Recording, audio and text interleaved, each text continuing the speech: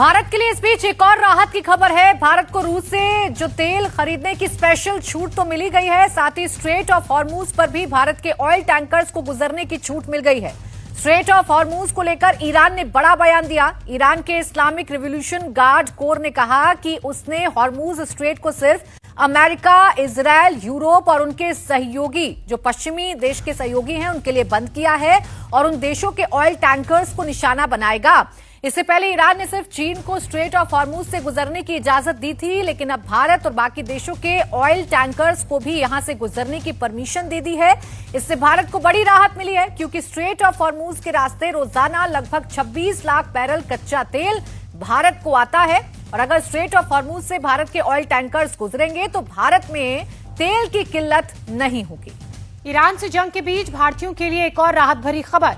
भारतीयों को जंग की वजह से जो तेल की किल्लत का डर सता रहा था वो अब खत्म हो चुका है।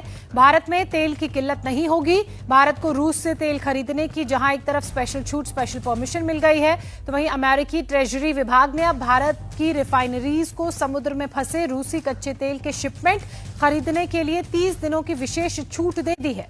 अमेरिकी ट्रेजरी सचिव स्कॉट बेसेंट ने कहा कि वैश्विक बाजार में तेल की आपूर्ति लगातार बनी रहे, इसके लिए भारतीय कंपनियों को रूस से तेल खरीदने की 30 दिनों की अस्थायी छूट दी जा रही है। स्कॉट बेसेंट ने इसे आपातकालीन कदम बताते हुए कहा, इससे रूसी सरकार को कोई बड़ा वित्तीय लाभ नहीं होगा, क्योंकि ये केवल उन तेल लेन देन की अनुमति देता है जो पहले से ही समुद्र में फंसे हुए हैं और इसके अलावा स्ट्रेट ऑफ हॉर्मूज से भी अब भारत के शिप्स कच्चे तेल को लेकर भारत आ सकेंगे। Today, my administration announced decisive action to help keep down the oil prices, including offering political risk insurance for tankers transiting into the Gulf, as you know, pretty dangerous territory. Further action to reduce pressure on oil is imminent, and the oil seems to have pretty much stabilized. We had it very low. इस बीच एक और बड़ी खबर Iran की है, Iran के बदले की है। ईरान बदले की आग में इजरायल पर लगातार हमले कर रहा है। ईरान ने अब इजरायल पर क्लस्टर बमों से हमला करना शुरू कर दिया है। ईरान ने तेल अवीव में क्लस्टर बम बरसाए हैं। ईरान ने अब तक 500 से ज्यादा बैलिस्टिक मिसाइलें दागी हैं। क्लस्टर बम मॉडर्न वॉर में सबसे विवादों वाले हथियारों में से एक है। इनकी खासियत यह है कि दर्जनों छोटे विस्फोटकों को एक बड़े इलाके में फैला दिया जाता है। ईरान की कुछ मिसाइलों के वॉरहेड हवा में 80 फीट तक छोटे विस्फोटक छोड़ सकते हैं, जिससे इसके टुकड़े कई किलोमीटर के इलाके में फैल जाते हैं।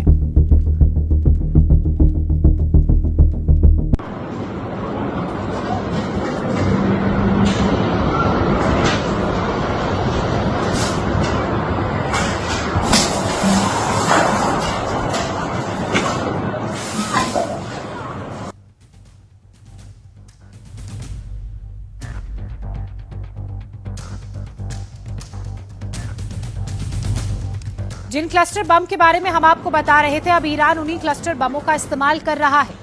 खाड़ी देशों में अमेरिकी बेसिस को इन क्लस्टर बमों की मदद से निशाना बनाया जा रहा है।